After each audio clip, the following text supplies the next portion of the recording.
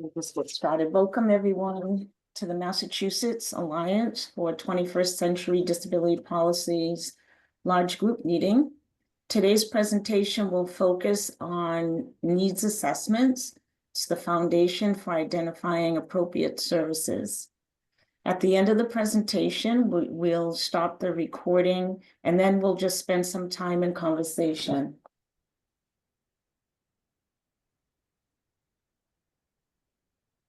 And I'm going to ask if everyone could just put their mic on mute, please.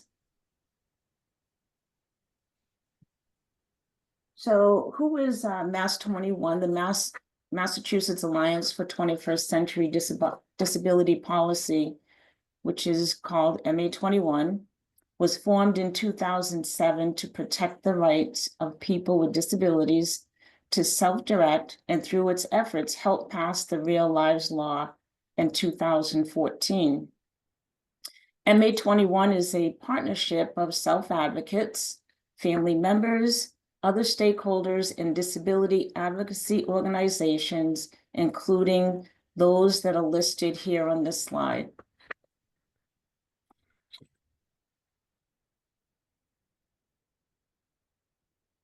So what is self-direction under the Department of Developmental Services, which we will refer to as DDS? The Department of Developmental Services defines self-direction on its website. You can read this definition by following the link that's provided on this slide. There are two different models under the self-direction service. One is the participant-directed program. We'll call it PDP, and that's where the participant and the family has primary responsibility to manage their budget and services. Assistance is provided by a DDS support broker and fiscal intermediary. Then the other model is the agency with choice, known as AWC. The participant shares responsibility with a qualified provider agency for managing their budget and services. We want to encourage everyone to visit the MA21 website. Here you will have the opportunity to, go to the document library. There are a lot of resources that will help to understand self-direction. You can register for future meetings, subscribe to communications, and you can also be on top of different events. We ask that you take action, attend legislative events, contact your legislators, always sharing your story, which is so important. And you can also watch recorded meetings by visiting the Arc of Mass YouTube channel. You'll see the link is also here. I also want to take this opportunity to be able to share that over the next couple of days, we'll work on making sure that the PowerPoint slides are correct, updated, and you will receive a link to the recording as well as a copy of the PowerPoint slides. So we have a lot of information, important information to share in this presentation. You may hear some points repeated more than once as we go through the slides. And at the end of the PowerPoint, we've included a list of resources that we use to compile the information. And these resources will help you to learn more about needs assessment, the self-direction service model, the ISP process, and the laws that apply. So let's dive in. So again, today's presentation focuses on needs assessments, the foundation for identifying appropriate services. Robert? Yes, this is Robert Beckett. So it's important to know today we're going beyond the strictly real lives law and self-determination, self-direction, because the needs assessment is fundamental to the qualification, eligibility for services through the department. And it covers all 30,000 plus individuals who are eligible for DDS services. So, and it also, of course, the 30,000 plus people also include the 2,400, 2,500 who are in self-direction. And the Real Lives Law specifically provides that that the self-determination, self-direction budget and services will be based on need, and that need will be redetermined and make sure it's redetermined correctly every year. So because needs change. So if you look at the foundation for identifying appropriate services, you can look at it through a myriad of different sources. Under the DDS regulations, the determination of need for support shall be based upon an assessment of the individual's functional limitations, cognitive impairment, medical needs, and behavioral needs, as well as generic resources and natural supports available to meet the individual's needs. So that's part of 6.07 of prioritization for services under the DDS regulations.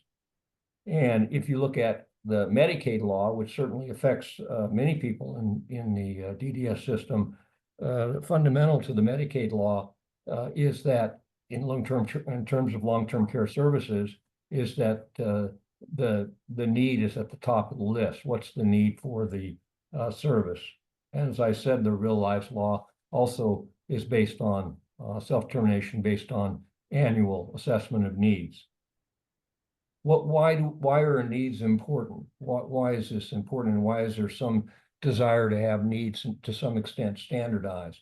Well, because it levels the playing field. It means that everybody who comes in has some assessment of their needs that then ends up with the appropriate and, of course, the level of services. So it's a leveling of the playing field. And another thing that it does is it limits really the discretion of the state agency or the whoever is doing the assessments and making the determinations, because there is some type of an objective standard for what the needs of the individual are. Diane?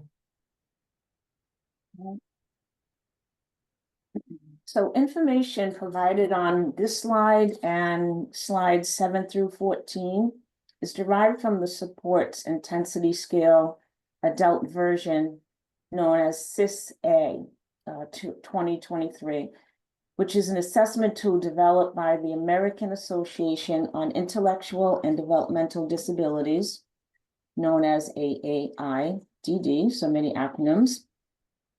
A needs assessment collects key information to understand a person's support needs in different parts of life.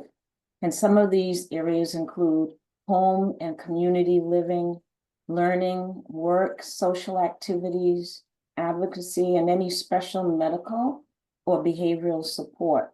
The next several slides will explain some parts that make up a needs assessment. In preparation of sharing this information, I personally found myself pausing at each slide, and the words person-centered kept repeating in my mind, followed by, this is about the person's needs, not about the level of skill. So as we go through each slide, think about if the person were to engage in the activity on a regular basis, what extra help would the person need to do this activity successfully on a regular basis? How often would the person need extra help to be successful in this activity? And how much total support time per day would the person need to do this activity successfully?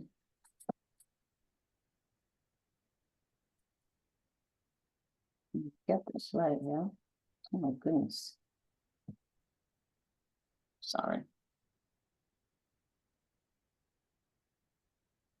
So home living activities. This is if we look at laundry and clothing care, a person may be able to put their laundry in a washer, but needs help to remember to put their laundry in the dryer. they can physically do it, but have difficulty with time management and completing the task. Another person may not be able to physically do this task, but can communicate in their own way that their laundry needs to be washed, dried, folded, put away. So what is the level of need for them to engage in this activity? Now, community living activities, where and how the person lives, activities that help them stay connected, independent, and engaged in their community. Transportation can include public transportation, driving, arranging rides, or having someone drive the person's vehicle. So just again, you know, to give you an idea of what that activity is about. Lifelong learning activities. Looking at how much assistance the person needs or requires to engage in ongoing learning throughout their life. I mean, think about this. How many of us here today knows everything? If you answer yes, you need to log off. There's so much to learn. And then work activities, learning and using specific job skills. How does the person learn a new skill to get a job or to get a job done? Some people take a class, some volunteer, others learn from observation. And, you know, work activities isn't always necessarily, we're thinking about employment, but it's not always a, you know, a paid job. Some people, you know, can't handle, you know, jobs or, you know, jobs where they get paid, but it's really if you focus on work activities.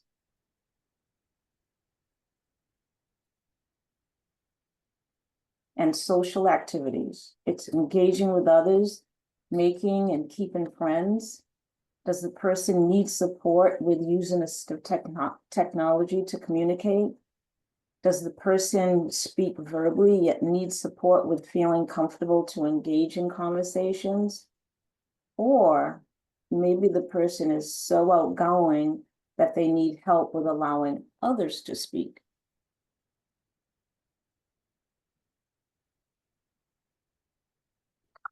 And then you have your advocacy activity, which is a very important activity for everyone to be engaged in. We'll bring up an example, just what was it last week, you know, with, or this month, earlier this month, you know, the advocacy day at the State House, the number of people who attended.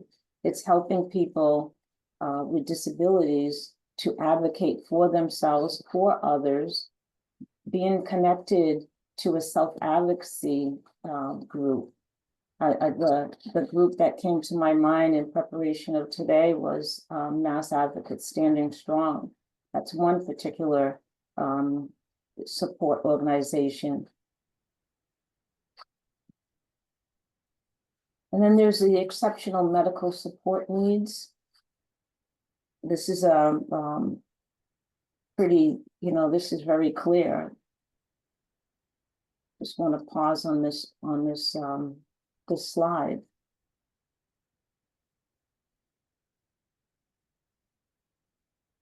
The exceptional behavioral support needs. If we look at problematic sexual behaviors, non-aggressive but inappropriate, aggressive sexual behavior, CIS-A focuses on the prevention of these behaviors. And then is the person challenged with anxiety, which affects how they handle difficult situations.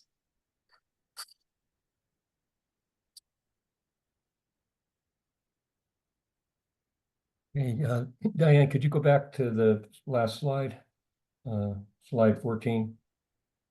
So I just wanted to say that these slides 6 through 14, you know, again, they're derived from the SISA support intensity scale adult, and we're not in any way necessarily promoting that scale, but of all the standardized assessments we're going to discuss today, it seems to me that the support intensity scale is very comprehensive and is understandable. And so if there's one thing people would take away is that, you know, whether they get through the meat of this and get to the complexity of standardized assessments, you know, in your individual service plan, let's forget all the other things we're going to talk about from now on. If in your individual service plan, are each of these areas covered adequately in your own plan or an individual with disability and his team? Are they covered? So you could just use 6 to 14 to do a checklist, because that's pretty comprehensive and is more comprehensive than some other standardized assessments we're going to discuss. Okay, go on to 15. And you know, again, we discussed what the foundation for appropriate services, but you know, the assessments do provide information to help DDS decide what level of services an individual needs. A person assessed as having high needs qualifies for more intensive services and supports. And it's on a scoring system, and DDS ultimately goes into a professional judgment situation as to what priority 1 or 2 might be, and we're not going to go deep into that today, but they determine the need for intensity, and it's based on scores, based on standardized assessment, at least in part. And these assessments also help determine your eligibility for DDS home and community-based Medicaid waivers. Specifically, are you in the DDS adult supports? Are you in the DDS community living? Are you in the DDS intensive support waiver? So, and those are very important because those waivers have different funding allocations. And as we say, the assessments do provide a basis for DDS funding. Okay. So now we're going to go to what again would be kind of called standardized assessments, and just realize that an individual may have many more assessments than simply standardized. There may be psychological assessments, neuropsychological, neurological, other physician assessments, and those are all a part of should be a part of how the needs are assessed. But again, the states in general and motivated in large part by the fact of Medicaid requiring necessity being a basis for services throughout the Medicaid program, and including long-term care. There's been a move to standardize assessments. There's pluses and minuses of standardization, but again, it's somewhat of a level playing field and limits the discretion of the state agency. So we're going to focus on look at three assessment tools that are currently used in the state of Massachusetts. The one is the Massachusetts Comprehensive Assessment Profile. Again, it has 3 components to it: the inventory of client and agency planning, called an ICAP, the community and caregiver assessment, CCA, and then professional judgment. So the inventory of client and agency planning and the community care assessment, those are the ICAP is a standardized form. The community and caregiver assessment is a very structured interview, and then professional judgment is DDS looks at the data that's been gathered, including these 2 assessments, and determines then priorities and needs, and that leads to appropriate services. So then we're going to look at the Support Intensity Scale Adult version, SISA, and that's a new assessment that's currently being piloted by DDS.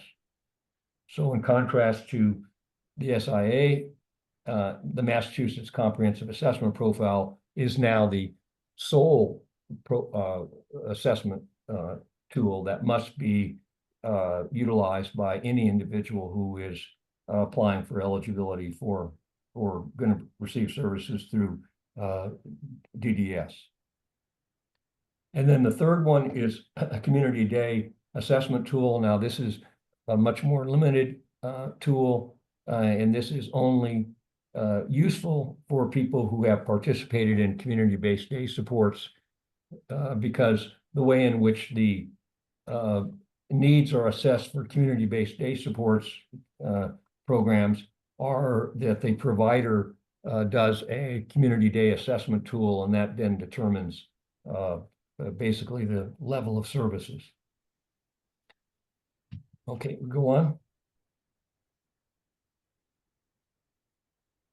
So we're going to talk about the MASCAP.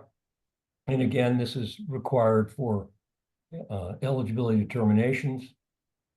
The first one is the inventory of client planning and agency, and that asks ICAP assesses the services a person requires and comes out with a computer score. That ICAP is completed by the person or their caregiver and the DDS service coordinator. So in my own case, I have a son who's 47, and we didn't come into the state till 16 and became eligible for DDS in 17, so that's 9 years ago, and that's when the ICAP was done.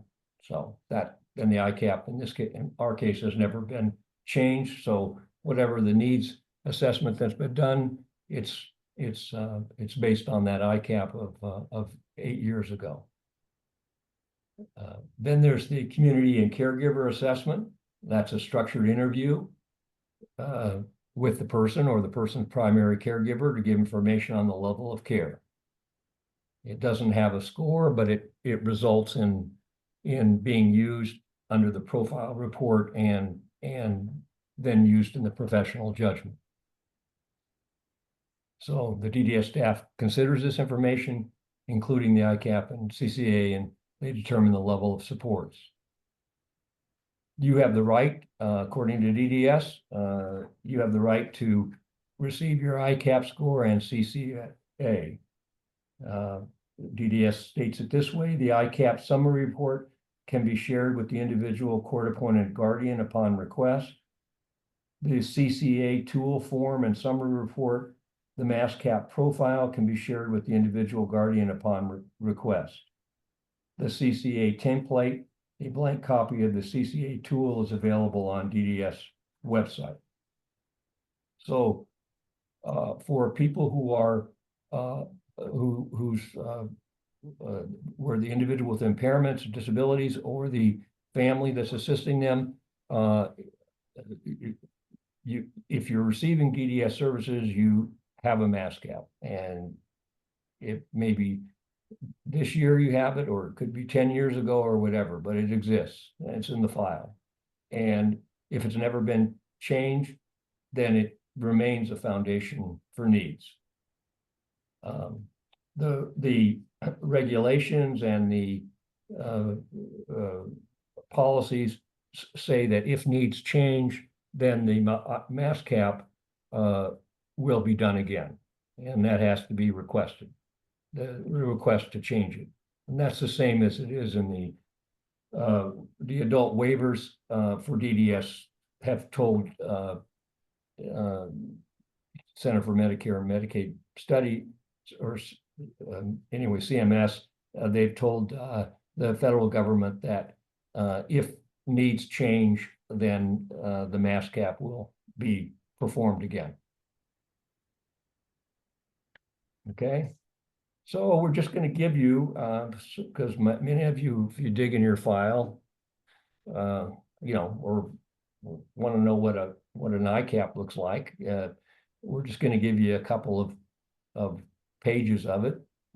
These are just two of the pages that result in the score. The score is 0 to 100. If your score is below 20, then you are considered to be of great high needs. If your score is above 90, you have very little need. So the lower the score, the more intensity.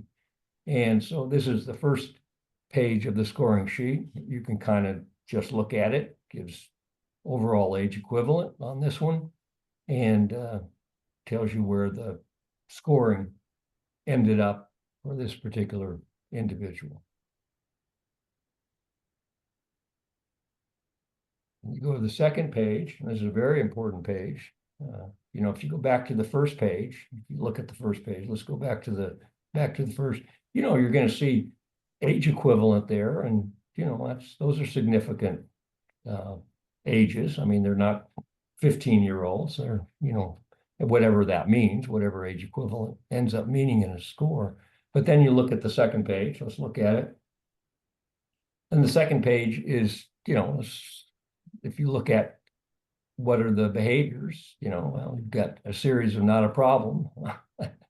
If you look at maladaptive behaviors, you've got, all within normal range. That's what it says. So the point I'm trying to make is that both of these, this is kind of comparable to what we went through with the support intensity scale. These are the kinds of areas that the ICAP covers. In this case, the individual that was scored on this had a score in the 50s or 60s, so it's kind of in the mid-range. But if the behavioral scores had been significant, then that, of course, would have made the level more intense. So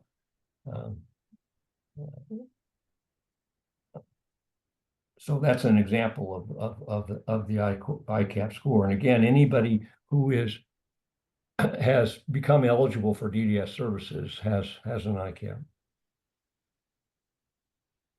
Okay. I'm going to go on.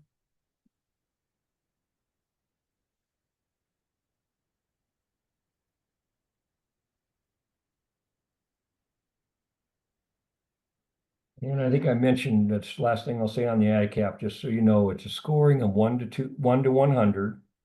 A score less than 20 is a very, very substantial care and intense supervision. And a score of more than 90 is infrequent or no assistance. So obviously there's a big world between 20 and 90. Okay.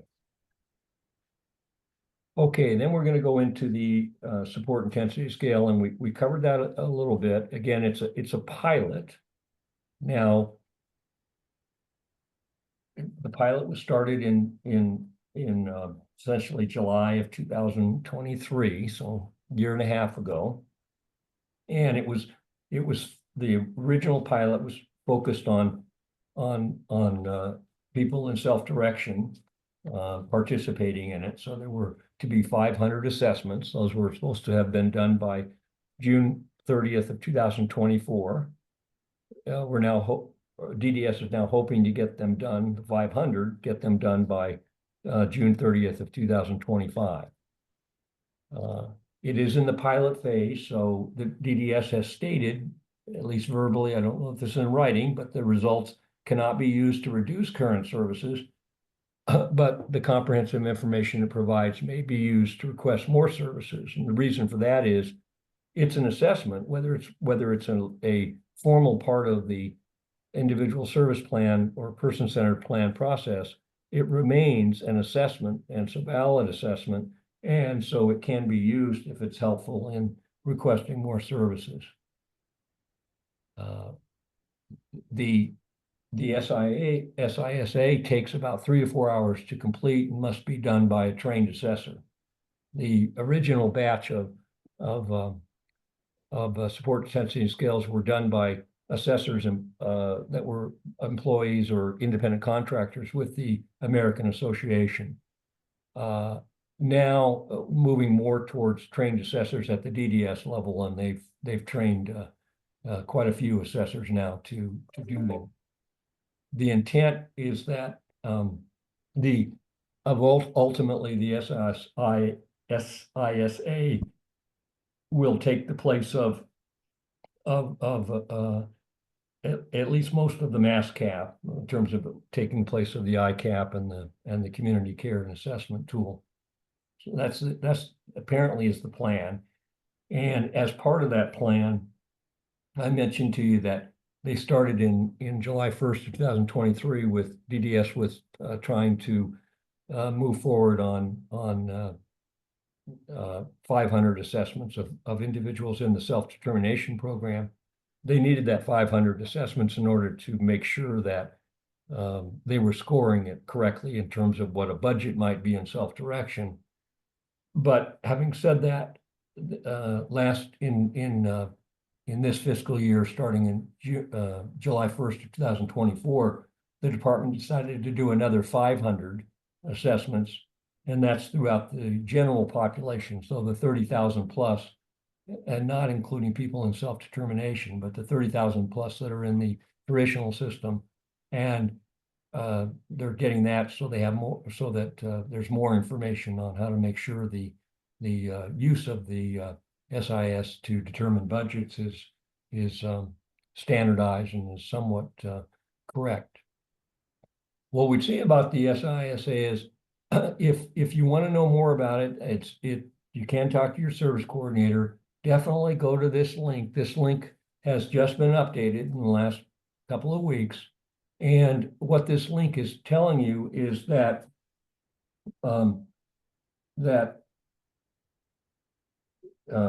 you can read about the SIA.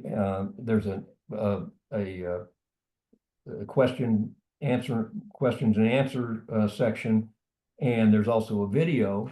And then a very important part on the second page of that website is that DDS is currently piloting the assessment with a random sample of individuals receiving services. So that's, again, the 500. Last we knew they had 300 and plus done for the self-determination, but they have this other 500 for people not in self-determination that have many openings, I think, at this point. But again, it's based on a random sampling. If you have not been contacted to participate but are interested, fill out the preference survey. So one of the things that's happening is that if you had already been contacted, if you happen to be in self-direction and you had already been contacted about this and declined, you may still have an opportunity to do it. So that's one. That's for people in self-determination.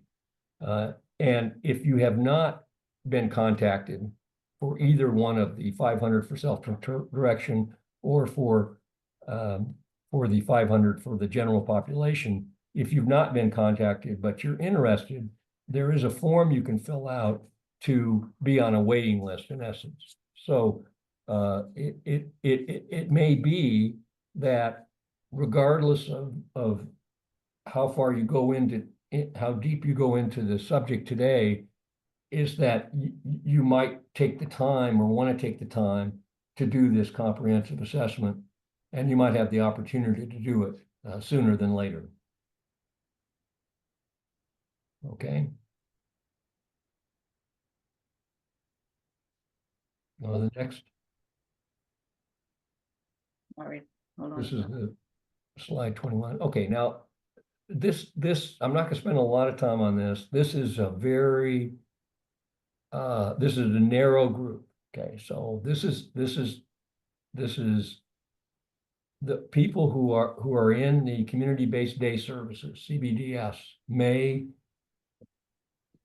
if they had a provider at some time in the past or in the present today, that community-based day service provider completed a CDAT, completed a community day assessment tool. And that's an assessment tool, the same type of assessment tool, same type of covers the same type of needs as would either one of the other tools that we've talked about, the MASCAP, or well, at least the ICAP and the support intensity scale. So the CDAT ends up ranking what the level services are needed, and then it ultimately gets you into a ratio. This is simplified, but it gets you into a ratio. So you can imagine that a ratio of 1 to 6, one individual with, or 6 individuals with one staff member, that's a different cost to the provider than a 1-to-1. You can all imagine that. So that's an important tool for the provider to tell DDS what they think the funding requirement is. So I give an example on bullet 4, but again, that bullet is just just made up numbers in a way. I mean, there's maybe somewhere in the ballpark, but you can see the difference that a CDAT has. And to further complicate it, so again, the CDAT could be helpful to people to make sure that if they're individuals in a community-based day program, are the services adequately meeting the person's needs, at least in terms of ratio. But the CDAT also can be useful for setting self-direction budgets, because a person's funding must be equal to what it would cost for their care using traditional services. Well, the CDAT is one measure of services in day programs, and so it can be important, and you can get your CDATs. There may be some difficulty getting them, but you can get them if you had one in the past or have one now. Okay. So your homework. Get a copy of your assessment. Robert has mentioned this already. You have a right to see your ICAP score and CCA. So you want to request a copy of the assessment in writing to your DDS service coordinator. If no response, I suggest that you request it again, noting second request, third request, etc. Hopefully it doesn't reach this point, but if it does, I recommend that you copy your DDS area director. Again, how long ago was the assessment done? Has your situation changed? Are your needs different? If so, request an updated needs assessment. And I'll share my own experience, with helping my son. His ISP is coming up, and I realized that we didn't have a copy of the CCA that was performed last year. Now, the ICAP was done in 2012. So I sent a request for a copy, and I did receive it. I do have questions, and it's going to allow me to follow up. I also took the opportunity to follow up on the Path Forward project. We were contacted to do the CISA assessment, but at the time my son was just finishing with chemotherapy, and it was just like the timing was just not right. But I did reach out, I followed up, and we'll probably schedule the assessment for next month. So again, it's a 3-hour assessment, but, based on the information that's been provided, reading more about this project, I know it's only going to benefit, to go through the assessment. Okay, and I just want to say, we put homework there, and this is really limited homework in the sense that just getting pieces of paper, that's all you're doing is getting pieces of paper, and you're seeing what those pieces of paper say if you don't have it. And I doubt there's many people in this audience that have either their ICAP score or their community care and assessment. So if you get it and it's not useful to you, or it hasn't changed, or it's about right, that's fine. Just put it in your file. If you don't like it at all, tear it up. But if you think that there have been any changes, or there's something kind of not missing in this, and again, in a very simple way, you could go back to slides 6 to 14 and see whether or not you think these two assessments cover the situation.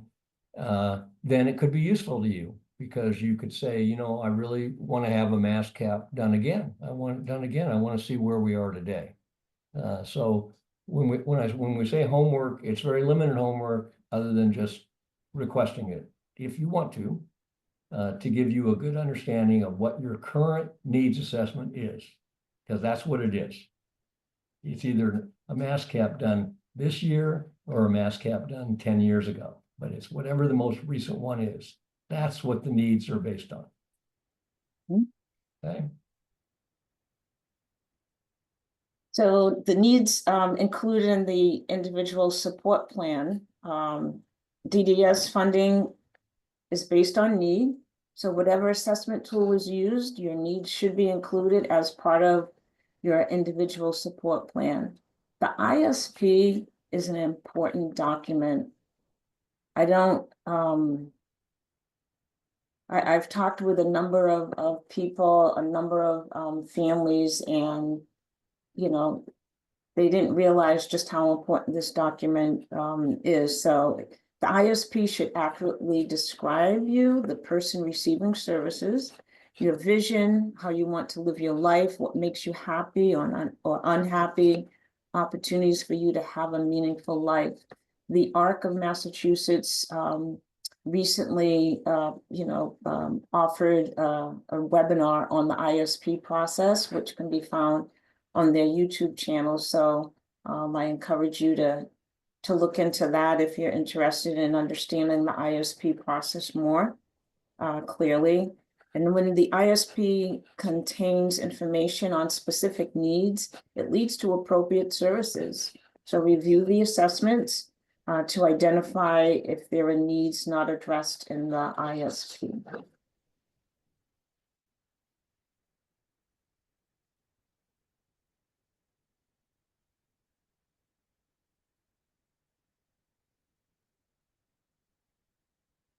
Robert, did you want to take this slide? Well, I think, that what we're not kind of discussing is we've kind of gone to standardized assessments, but now we're going to very practical level. Okay, you have an individual service plan, and in reading it, well, number one, do you think your child's needs or the individual with disabilities or the family member, whatever, thinks their needs are being met? If you think there are some areas that are not being met, and again, you could go back to 6 to 14 and forget all this other documents and say, okay, there's some areas in 6 to 14 slides that I don't think are being covered. So the individual service plan can be used to cut through all of this and to list in it what are needs that the person has. And one of the problems with the individual service plan is it really doesn't specifically address too much in the area of needs. So it's just interesting we're using this example this is from the participant directed tool, and I'd encourage all of you, if you're in participant direction, to read this, and even if you're not, I'd read this part of it because it applies to the individual service plan. So you have Caleb, and it's very interesting how they put need/desire, but I'm going to stick with need. And these are needs that he has, and then in his service plan, they led to objectives for him, and then that would lead to services, or may involve services like taking our cooking classes or work at the Y or whatever. So if you get one thing out of this, and I know in our own circumstance, in our case, our son's not able to draft he's able to express needs, I think, but he's not able to draft ISPs and documents. At one point, we got in the situation where we realized, forget all these other standardized assessments, we just realized there were some social needs that were not being met and technological needs not being met. So we were able to insert in our ISP those particular needs, and then those resulted in additional services. But we had to put into the ISP those additional needs because they wouldn't have been otherwise, because they weren't part of the original ISP. So we had to identify additional needs. Again, kind of what I call ad hoc, but if you take anything out of this, you can improve your ISP and forget all this standardized assessment tools at this point if you're overwhelmed with what you're doing. Or you can take bits and pieces and say, yeah, I'll bug my support coordinator and I'll get the ICAP and the CCA, and at least I'll see what it says. Okay. All right. So preparing to address needs at the ISP meeting, you know, we're repeating information, but it's important information to repeat. So before the meeting, review your existing needs assessments. If the ICAP or the CCA are outdated, ask for an update. If the CDAT applies, use it to address level of need and funding. And then, you know, again, look into the Path Forward project. You may want to volunteer to participate in this project. We want to encourage folks to register for the ARC's upcoming webinars. The link is provided here. And you can also watch the ARC's on-demand webinars. I mentioned this earlier, and they have the YouTube channel. You have access to so many recordings, and they're extremely helpful.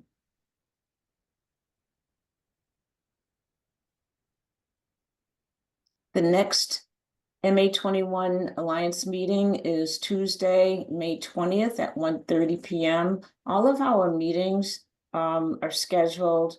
They're every other month. They're scheduled on a Tuesday, always at 1:30 p.m. If you go to the MA21 website, as I mentioned earlier, you can register for the meetings, and you can register for all of the meetings. There is a survey that everyone probably already received, and it's a very short survey. It only takes just a couple of minutes just to give feedback on today's presentation. It really does help for us to improve, you know, on the presentations and be able to bring really important information to everyone, and information that people need. So please share your thoughts, even after the meeting. You know, if you know, once you receive the PowerPoint slides, if you view the recording again, any thoughts that you have, just shoot us an email. We really appreciate people's feedback, and we do take it into consideration as we plan for the future. So the following slides, these are all links that that we used. Actually, these are the resources and links related to assessments, and we just listed them on, I think, 3 slides. Yeah, 3 slides. You'll have access to them when you receive the copy of the PowerPoint. And now we're gonna stop the recording. Diane, could I go back on just on the resources for a second before you do that? Could you go to 28? Yeah. So could you go to the one, let's see, the one before that? Yes, thank you.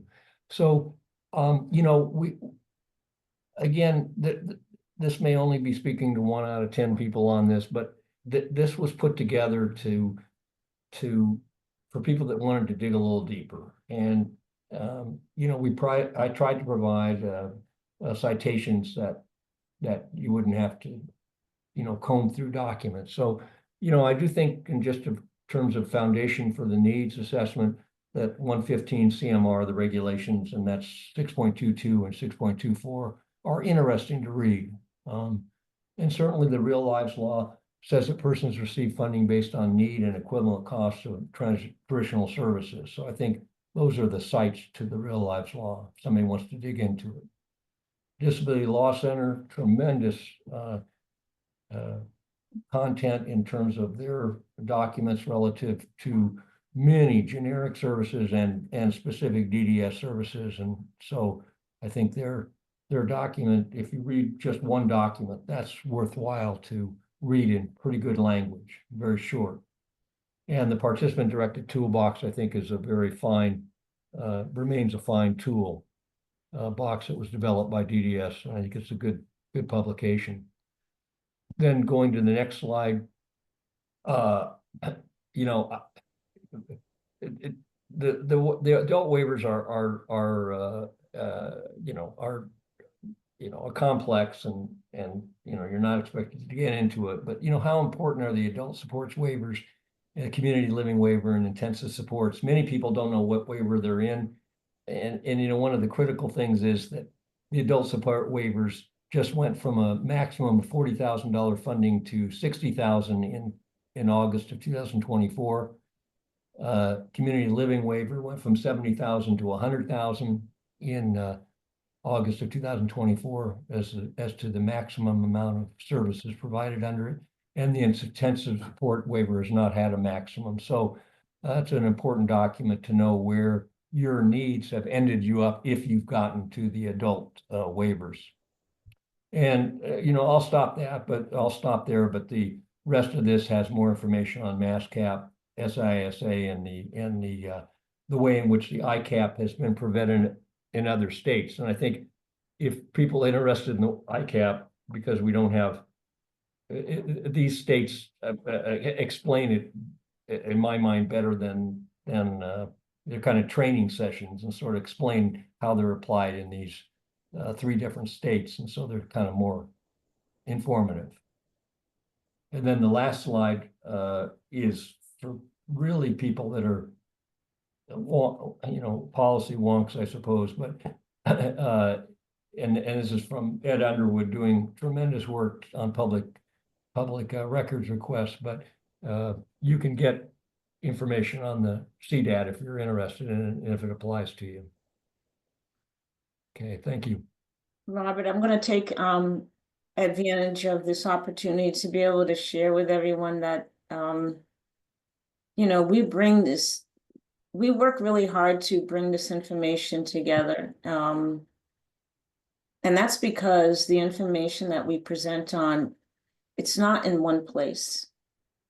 It's really difficult to find the information in order to, for folks, for persons with disabilities to be able to advocate for themselves, for families, for anyone in their support circle to be able to advocate for them. So it's just really, MA21 is a group of people who just want to help others to beef up their advocacy and to make sure that folks with disabilities, have the supports and services that they need to live what people always consider an enviable life, to live the good life, to have a meaningful life. So, which is, another reason why feedback from anyone who is listening to this recording, who has attended any of our meetings, feedback that you send to us is only going to help us to bring more useful information to everyone.